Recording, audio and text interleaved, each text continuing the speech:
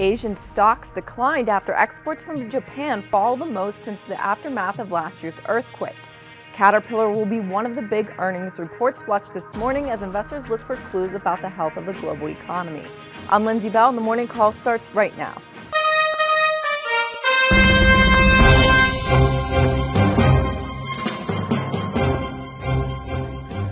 Good morning, I'm Scott Rudler, Chief Strategic Officer of T3Live.com. And I'm Lindsay Bell with The Street, and together we bring you the Morning Call Express. On Friday, we saw a major pullback in the indices. In fact, the S&P 500 gave back most of its gains from earlier in the week. Now, this morning we're going into the market and the futures have a little bit of a positive tone. So how do you set up trades going into this? I think some traders are going to try and sell this up open. The question is, how quickly can it be faded? Maybe do we bounce around for a day or two? But after Friday's potency to the downside, I think a lot of people are taking a defensive tone.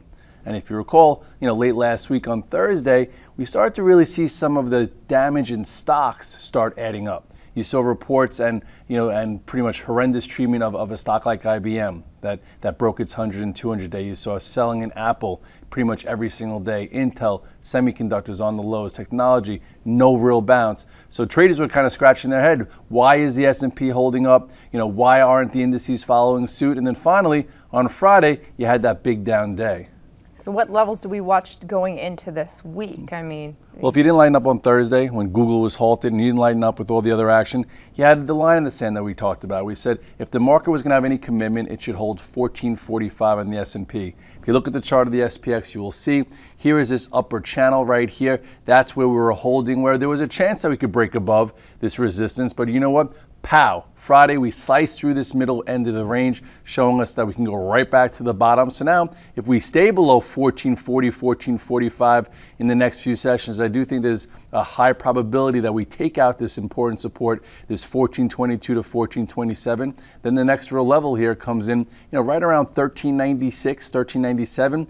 And then who knows, maybe we even see a move down to go between the two moving averages right here around 1380. So at this point, I think you need to be very defensive. And if you were jumping out of your skin on Friday, perhaps put a hedge on into this, the green in the futures this morning. Well, tech has been weak for some time, giving us some clues. If you take a look at the cues, we got two big down days on Thursday and Friday. Friday was down 2.5%. Of course, Google weighing in there, IBM as well. What levels do you watch here? Is there more weakness, or can we be contained here? Well, traders say they don't like when tech leads us lower. That healthier markets, tech leads us higher. So this was good. Having, not saying good that it was weak, but good that at least it gave you clues not to be, too heavily invested or too much risk on. And if you look at the chart of the cues, we pointed this out and off the charts.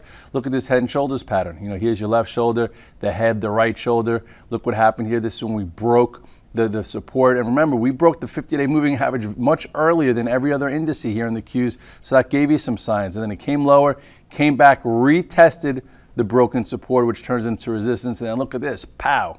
So at this particular point, here's your new point of reference. You have 65.60. The measured move of this actual pattern has been met, but now we just have to see if a more negative macro pattern gets put in place. So then, all of a sudden you have the 200 days. So for right now, if you were short, I would think covering into Friday's close made sense. And now let's see again, does it try and retest this area to get rejected? So at this point, technology still looks like it could be in trouble. It'll be interesting to watch Apple. They report earnings on Thursday, and I know that expectations have come down there, but what type of move are you watching here? Are you trading it before going into earnings? I trade it every single day, and there have been times to play it for a bounce, but the bigger money's been made on the short side. So the question is, will it be down enough going into Thursday's report? So if you look at the chart of Apple, ever since it broke the 21-day moving average right here, it turned into a trade. And then you had a few trades, along the way, bouncing, at the 50-day the first time, bouncing at the 100-day. But then every time it's saw the same moving average, it sliced it. And look what happened here on Friday. Pow, sliced it, closing the dead lows. At this point, it's up like $3 to $4. Let's see if it tries to bounce and gets rejected around 620, 622-ish, or maybe a little bit higher. But if this moving average rejects it early on, who knows? Maybe we see a move down to the 200-day coming into earnings. And I think then I think a lot of traders would probably take some kind of call spread or in the money option play, considering the size of the move from 700 down to 580. The risk reward probably be better to start leaning long again. Yeah, no, those will be ones definitely to watch. We're going to get into all of this, though, and more in the long-form version, so be sure to tune in for that. Hi, I'm Sean Hendelman of T3 Live, where we train, coach, and mentor traders in order to help you put your money to work with confidence. The T3 Live approach is a blueprint for you to recognize, adapt, and ultimately take advantage of different market conditions. To begin your training with T3 Live, we would like to offer you the opportunity to enroll in our free 30-day online home study course. Fill in your name and email address, and I'll see you on the other side.